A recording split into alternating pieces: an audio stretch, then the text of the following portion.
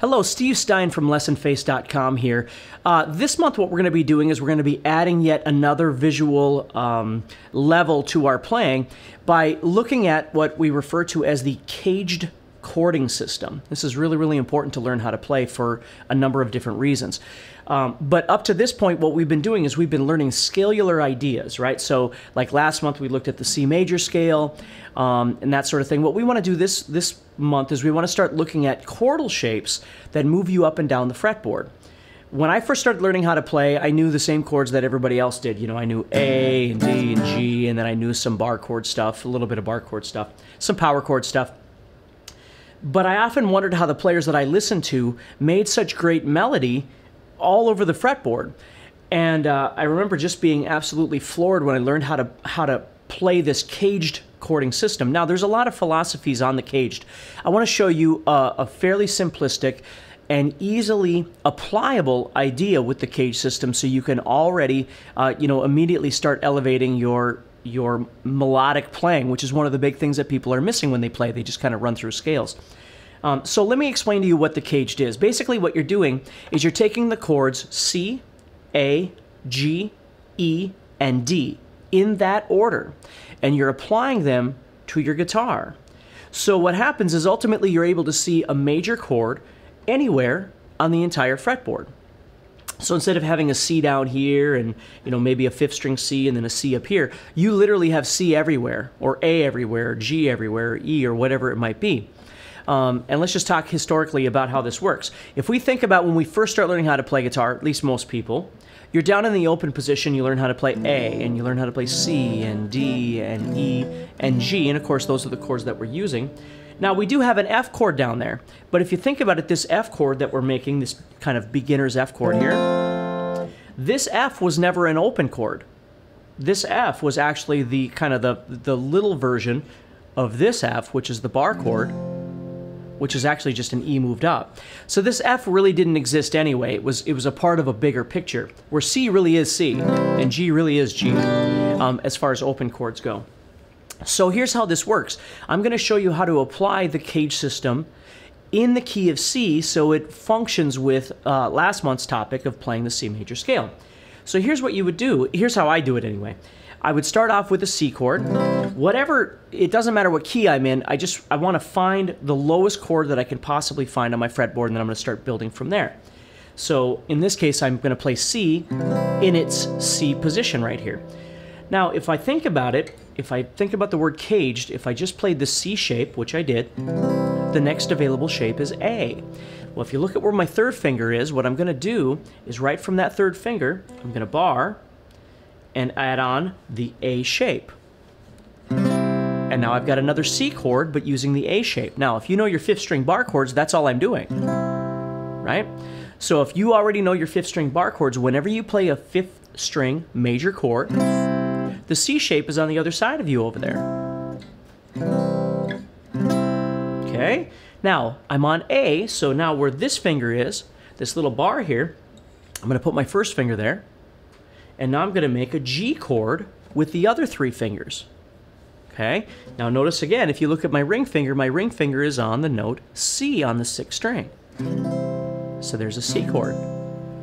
Now, the idea is that you're visualizing and you're understanding the idea of how they're connecting together. The actual physical playing of it might take a little while because they're kind of awkward, and you'll understand why we always use sixth string and fifth string bar chords typically when we're playing songs.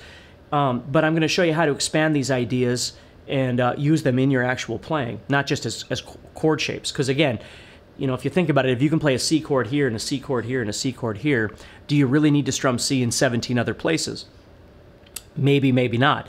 But we've got a bigger idea that's going to be happening with this, and not just it gives us more opportunities to play the same chord over and over and over. You just have to be patient for that. So we have C in the C shape, C using the A shape, C using the G shape, and now where these two fingers are, I'm going to bar over the 8th fret right there where those two fingers were, and now I make the E shape. Now this should look familiar to you because this is the 6th string bar chord right here. Okay, and then where these two fingers are, and mainly the pinky is what I'm looking for, I'm going to bar over that from the pinky down, and I'm going to make a D chord. D chord shape, I should say, and now I'm on C again. And then where that leaves off right here, here I'm on my D shape, where these two fingers in this one are right here, is the beginnings of my C chord all over again, one octave higher.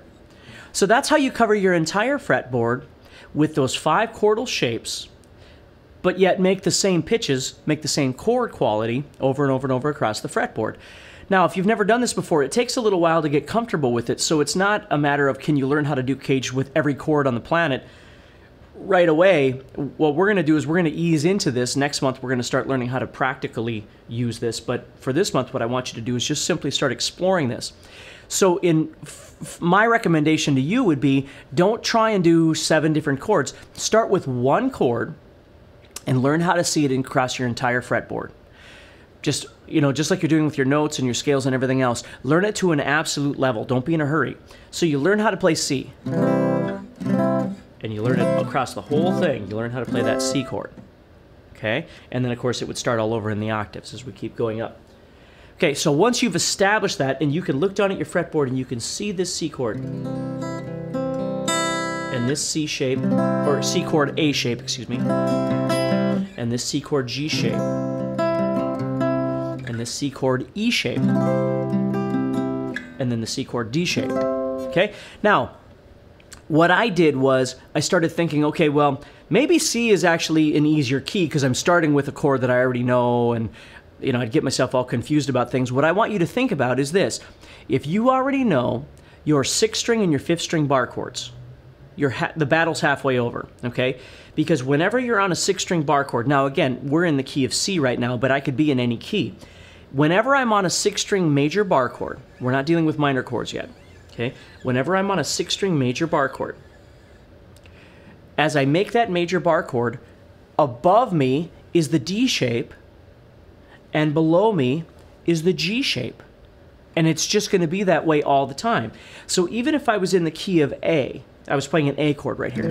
I shouldn't say the key of A, but I was on the chord A. The D shape is always going to be above me, and the G shape is always going to be below me. Always.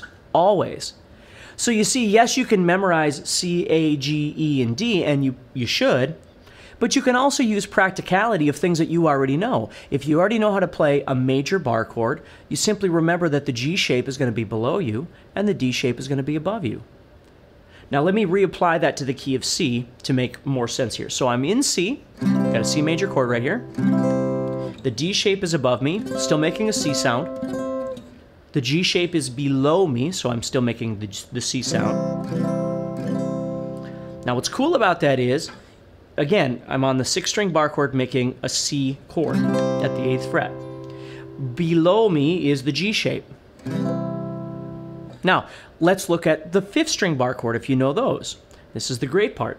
5th string bar chord, 3rd fret right here.